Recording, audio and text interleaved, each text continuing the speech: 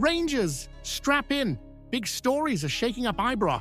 Leon King's loan move raises questions. Chris Sutton's already grilling Barry Ferguson. And Rafa Benitez's name has left Ali McCoist speechless. Graham Souness isn't convinced by the takeover. And Derek McInnes is fuming over a mental decision that swung a key match. Controversy, transfers, and big decisions. Stay till the end. You won't want to miss this.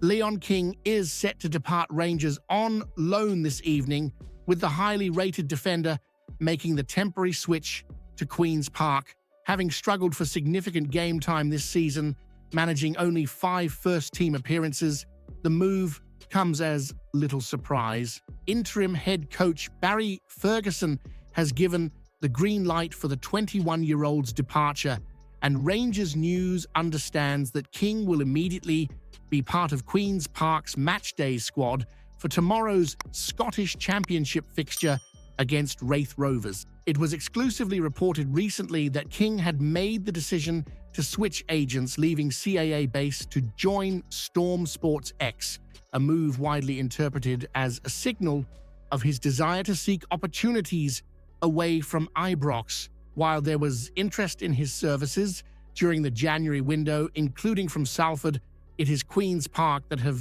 secured his services for the remainder of the campaign. Even under Ferguson's leadership, King's chances of regular minutes at Rangers appeared slim, with the likes of Robin Proper, John Sautar, Leon Balogun, and Clinton Insiala ahead of him in the pecking order. For Queen's Park manager Callum Davidson, securing a player with Champions League and Europa League experience is a significant coup as his side aims to climb the division. With the loan deadline for domestic transfers still open, Queen's Park have wasted no time in strengthening their squad. King, once considered a future mainstay at Ibrox, has made 42 appearances for Rangers since making his senior debut in 2020 in a League Cup tie against Falkirk. However, uncertainty now surrounds his long-term future at the club. The situation is further fueled by recent comments from Niels Koppen, who issued a thinly veiled criticism directed at King and fellow academy graduate Alex Lowry. While Lowry has since moved on to Wycombe Wanderers, King remains in Glasgow, albeit in the colours of another club. What remains to be seen is whether this move is merely a stepping stone for King's return to Rangers, or whether Queen's Park will look to make the deal permanent in the future. Has Rangers given up too soon on a talented homegrown defender, or is King simply not good enough to make the grade at Ibrox? Barry Ferguson finds himself at the centre of a growing debate after Rangers' disappointing 2-1 defeat to Motherwell, with Chris Sutton demanding answers about the club's future direction. Stuart Kettlewell's side left Ibrox with all 3 points after a first-half double from Luke Armstrong and Tom Sparrow, while Cyril Dez's second-half goal proved to be little more than a consolation. Ferguson, a club legend, stepped in as interim boss following Philippe Clément's dismissal, but questions are now being asked about whether he should be considered for the permanent role beyond this season. Sutton, the former Celtic forward, who never misses a chance to poke at Rangers, insists Ferguson cannot be blamed for the recent results, pointing out that the victory over Kilmarnock was not down to him, just as the loss to Motherwell was not his fault either.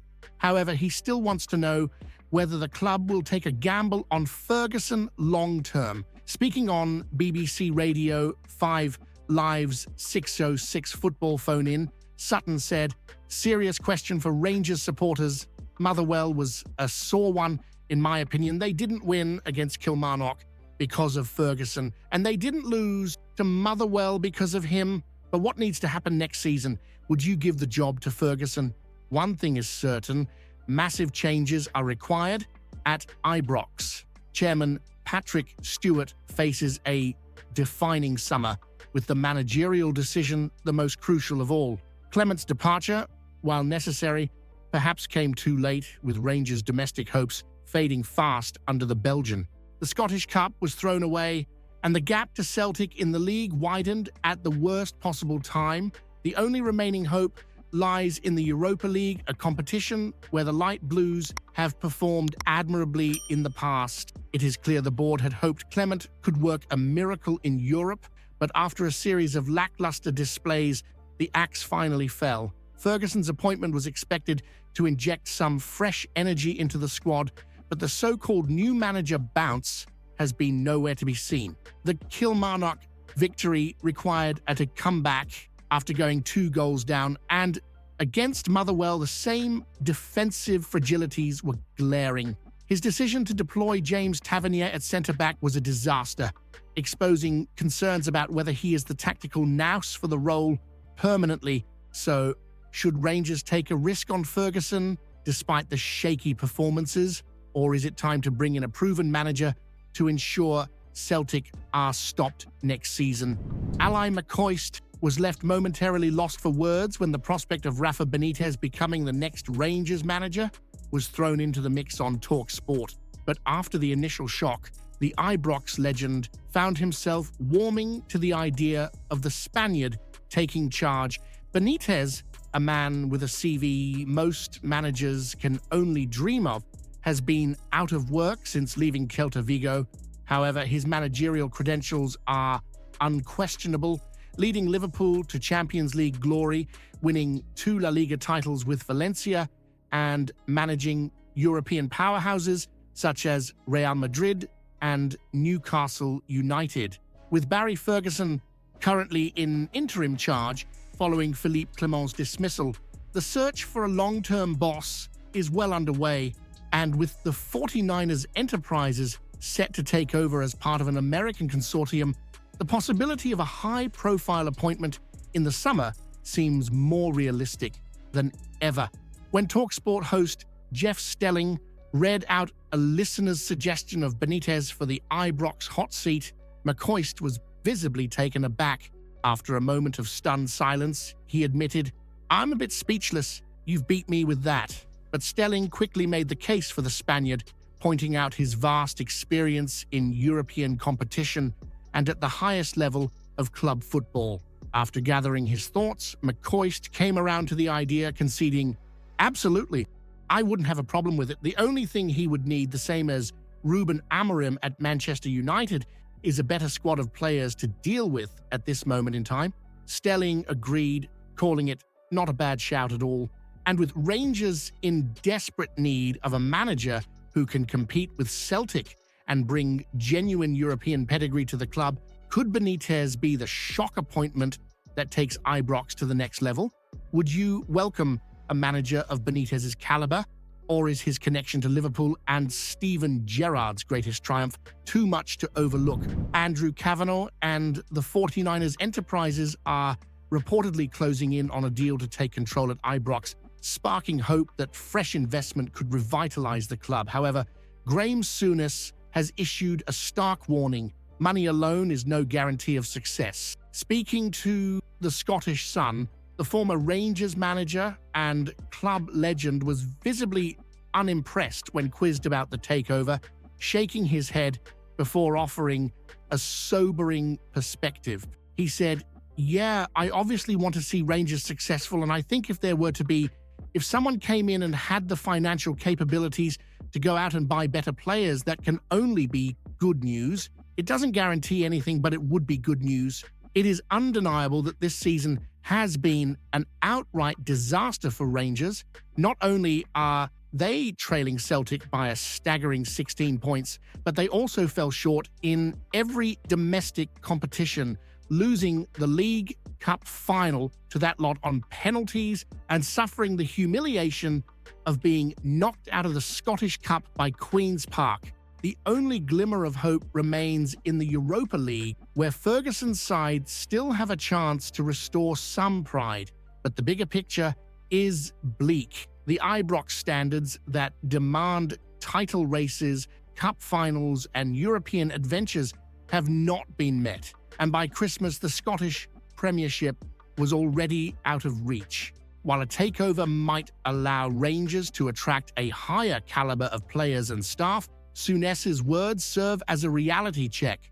Ownership changes do not instantly translate to trophies. There is still a mountain of work to be done before Rangers are back where they belong. Derek McInnes was left fuming after Rangers' comeback victory over Kilmarnock, with the Killie boss branding a key refereeing decision as mental following his side's collapse from 2 goals up. For a while, it looked like McInnes was about to mastermind another upset against his former club, but a stirring second-half display from Rangers, led by Barry Ferguson in his first match as interim boss, turned the game on its head. However, McInnes' frustration boiled over at full time, and he pointed the finger at a controversial corner decision that led to Cyril Desser's equalizer. With the score at 2-1, Ianis Hagi's mishit shot sailed out of play, and referee Don Robertson initially awarded a goal kick, but that decision was overruled by the linesman, who was standing 30 yards away, much to McInnes' disbelief. Speaking to Sky Sports, the Kilmarnock manager raged, "I know the second goal comes from a set play, but it's not a corner. Don Robertson is 10 yards from it and actually gives the goal kick. I think his linesman has overruled him from 30 yards away, which is madness. They give them a corner. We've still got to defend it, and we don't defend it well enough, but it's not a corner in the first place, which is poor." That goal was all important in giving them plenty of encouragement at the start of the second half. For Rangers, the fact that Dez's goal came from a corner is almost as shocking as the comeback itself. Set-piece inefficiency has plagued the side all season, with the lack of aerial threat a source of frustration for supporters. Before this match, Rangers had only managed 3 Scottish Premiership goals from corners all season, one from John Souttar against Ross County and another from Robin Propper in the 3-0 demolition of Celtic. Considering that Rangers have earned around 193 corners in 28 league games, it means they score from a corner once every 64 attempts. That statistic is simply not good enough for a team aiming to dominate in Scotland. While the win over Kilmarnock showed resilience, it also exposed defensive frailties at the other end, issues that must be addressed if Rangers are to wrestle back control of Scottish football. So, was McInnes right to fume over the corner decision, or should he be more concerned about how his team bottled a 2-goal lead under pressure? If you haven't seen yesterday's video yet, you're missing out. Explosive news about Rangers that'll leave every fan stunned. Go check it out now.